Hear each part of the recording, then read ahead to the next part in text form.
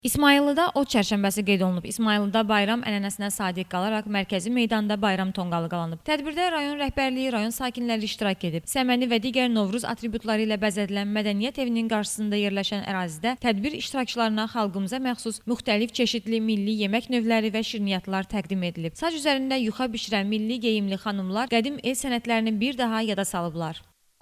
Bugün Azərbaycan xalqının ən gözəl bayramlarından biri Novruz bayram ərəfəsində ot çərşənbəsidir.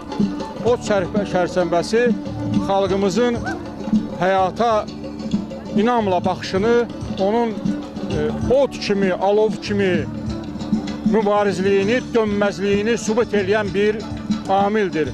Bu münasibətlə bütün Azərbaycan xalqımı təbrik edirəm, onlara can sağlığı, müvəffəqiyyət arzulayıram. Bugünkü günümüz ən gözəl günlərdən birisidir, ot çərşənbəsidir. Bugünkü Novruz bayramı hamıya düşərli olsun, firavanlıq olsun, sülh olsun, əmin-amanlıq olsun.